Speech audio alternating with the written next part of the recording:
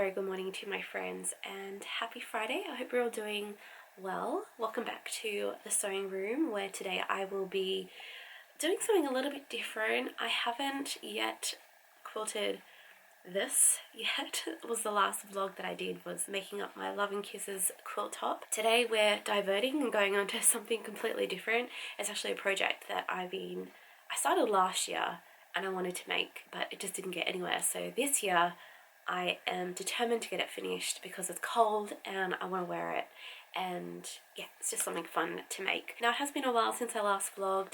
If you can hear the difference in my voice, I have been ill, and I actually still am a little ill. It's just that time of the year, guys, where it's cold, it's winter here in Australia, and so of course you got to get the annual cold and be sick for a couple of weeks. So that's where we're at. I am feeling a lot better than what I did last week, but still not quite 100%. But I do thankfully have enough energy to sit at the sewing machine. At the moment I've actually got my overlocker out, but we've got the energy and the chirpiness and spark to get a quilt jacket finish. That's what I'm doing. Last year I shared with you that I wanted to make a quilted jacket, and the pattern that I am using is called the Tamarack Jacket by Green Line Studios. It's this one here.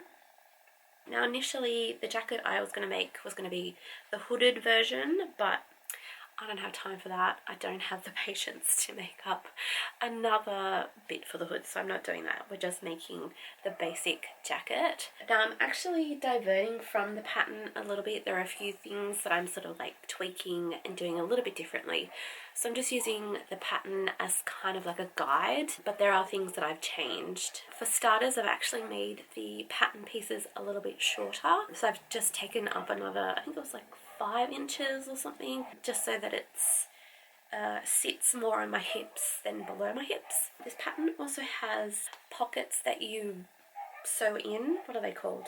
Bear with, bear with, bear with, bear with, as we figure out what the pockets are called. I think it's called a welted pocket or something, but I think I was going to try it, but I'm like, nah, I don't have the patience for that. I just want to get this jacket done. So instead, I've made little patch pockets to put on the front. That's going to look really quite cute. I'm going to bind them and make them look all jazzy, hopefully. So I'm just tailoring the making of this jacket more suited to my skills and also to the overall end result that I want for it. So I've got my overlocker out because I'm actually going to, I've got the pieces here, I've actually cut them all out. I think I shared in a vlog last year, I was making up these panels just of scrappy fabrics, and then the backing on the back. This is a front piece. It's actually this piece here. What I did is I just pieced together lots of scrappy solid fabrics with a few little fun little details. I made them into sort of like panels big enough for the pattern pieces, and I've quilted them and I've cut them out. So that's what I've actually been doing this week. And today I thought I'd actually vlog the process of piecing it all together, because that's something that I've wanted to share with you to show how it comes together. So that's where we're up to today. But as I was saying, I cut out all of the pattern pieces, and now I'm actually going to overlock around all of the edges because I don't want it to fray. And also I thought I was going to be putting bias binding on everything, like all of the seams to enclose them, but I'm not. It's only along the bottom and the front and neck. It's nothing on the inside that you're actually binding. So I didn't want to have any raw edges. So I'm going to overlock everything first and then piece it all together, put the binding on and all that sort of stuff. So that's the reason why my darling overlocker is out. It's such a workhorse. I've just threaded it with all of the white thread and done a few test pieces on some of my scraps, and it just, this overlocker just takes anything and everything and just spits out the most beautiful, beautiful overlocked edge. Just, it's perfect. I've never had any issues with this overlocker. It's just perfect. Just, it does everything that I ask it to, and what more could you want from an overlocker? So I'm going to position myself in front of my overlocker, and we're just going to whip all of the edges together and then get into it. Happy days. I did write a list of all the things that I needed to do. Where are they? So my list says we're going to make bias binding. I will do that after I've done my overlocking. overlock edges, finish the pockets and attach the bias binding, piece it together, attach a label. I'm going to do a hexi label with a Cadian machine label along with it, and then we'll try it on and hopefully it fits. I've had to actually adjust the size of the jacket that I'm making twice. I initially was going to make a 24 and then I cut it down to a 22 and now I'm making the 20, so hopefully it fits. Anyway, let's get making and we'll see.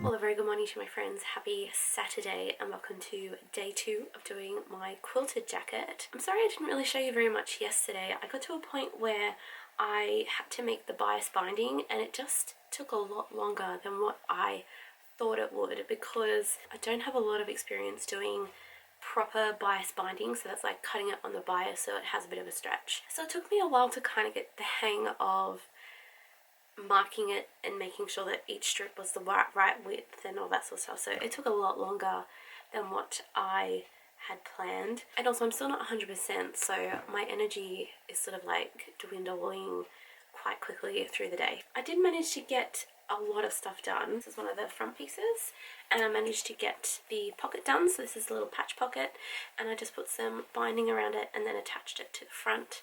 So I've got a nice lovely little pocket at the front, so I've got that on both pieces. This morning I just finished putting the bias binding on the back part and now I'm up to the section where I'm pinning the top shoulder seams and I'm going to sew them onto the back piece and then we'll start sort of having the resemblance of a jacket, hopefully. Yesterday I also put the bias on the bottom of the sleeve sections as well. So once I put the front parts of the jacket onto the back part, then we will just do the bias binding all around the front and up around the collar and then put the arms on, label it, and we're done, hopefully.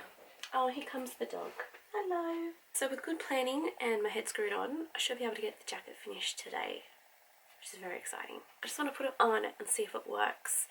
I'm a little worried that it might be just like a bit too much because it is a bit intense, but you know, why not? We all need a little bit of colour in our lives. So yeah, let's pin and sew.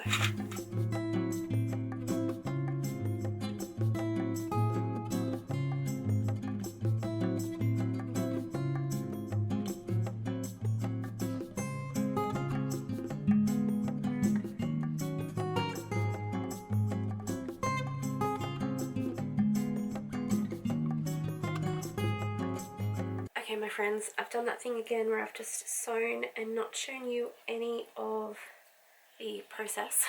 Sorry about that. But I've just finished the last seams.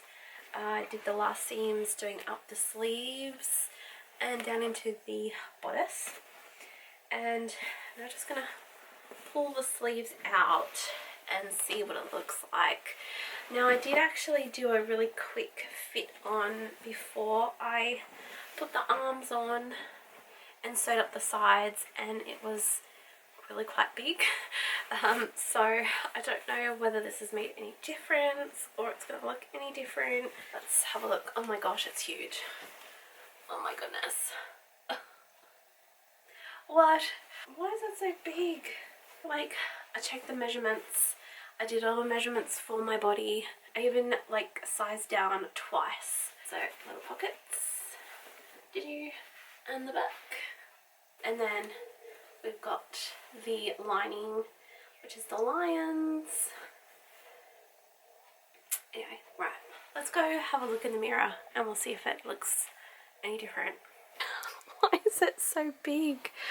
Oh my goodness. Okay, well, it's definitely an overcoat. It's very warm and very cozy, which I really like. Maybe I can like sew those bits down and have those open. That might work. I might fold the little sleeves up because they're way too long, but I like the pockets at the front. I am actually really happy with the length of it. I should have made a size smaller, but you know, it is what it is, I guess. It is so unbelievably cozy, I tell you what. I'm gonna roll up the sleeves and see if that makes any difference. Bear with. Alright, sleeves are up, and that's a little bit better. I think I'm definitely gonna do something with the collar here, I think. I might put like a little cute little button here or something just to open that up, and I think that will just sort of make it sit a little bit better. But I do like the sleeves rolled up. It's one of the reasons why I lined it with this fabric. I think it's a cotton and steel fabric, but just so it has that kind of like really cool contrast. What I'll also do is I'll put it in the wash and then I'll put it in the dryer, and hopefully it will sort of just shrink and shrivel a little bit. But I'm happy I've made it though. Yeah, this is my quilt jacket. It's my coat of many colours. It is so unbelievably cozy. Like, I'm wearing a quilt, guys. Like, I could not be any happier. Happy days. So I've just put it on a hanger so it was a little bit easier to look at, but this is just some of the details on the inside. So I've aligned it with this Cloud9 fabric, and then because I didn't have enough of the lined fabric, I pieced it with some of the sprinkle fabric from Cotton and Steel. This is where I'm going to put the label. It's going to be a hexy flower, along with this label from Kylie and the Machine, upcycled and outstanding, because a lot of the elements on this is upcycled, so it's all just scrappy fabrics. And then on the back I've upcycled this Minnie Mouse embroidery that I did on the machine when I first got it. It was just a test art, so I wanted to do something with it. So that's on the back. And then for the sleeves I did the blue polka dot with the yellow Cotton and Steel fabric down near the bottom, so that when you bring the cuffs up you have the contrast. It truly is my Dolly Parton jacket, a coat of many colours. Love it. Yay! Well, a very good afternoon to you, my friends, and happy Wednesday, and welcome back to this sewing room. I thought I would do just one last little update on my quilt jacket because it is now officially finished. All of the last little details that I wanted to do to it have been done, and I'm really happy with how it's worked out. When I last left you, I said I was going to give it a wash and pop it in the dryer to hopefully make it shrink a little bit more, and I think it worked. I also popped a couple of little poppers on the lapel section, and I've done the label. So I'll bring you a little bit closer to show you those details, and then we will do the last try on and show you what it looks like. So it has gone a little bit wrinkly because of course it was in the dryer, and I'm not going to bother ironing it. I'm going to leave it as it is. I really quite like the texture that it's made. On the front of the jacket I've made these little fake kind of lapels. I was going to do buttons, but then I thought if I did buttons I'd have to do buttonholes and I can't be bothered. So I popped on these little plastic poppers so that I can just easily unpop it if I need to sort of have it closed. Let's do this one as well. So yeah, I can have it closed like that. I'm not worried that there's the little poppers on there. It's no problem at all. And then when I want it back like that, I can just pop them into place. I did a pink and an orange one just because there's already so much colour on this coat. It really doesn't matter, and I thought it was a really fun little addition. And then opening it up, there's my little label. Actually, I haven't finished it.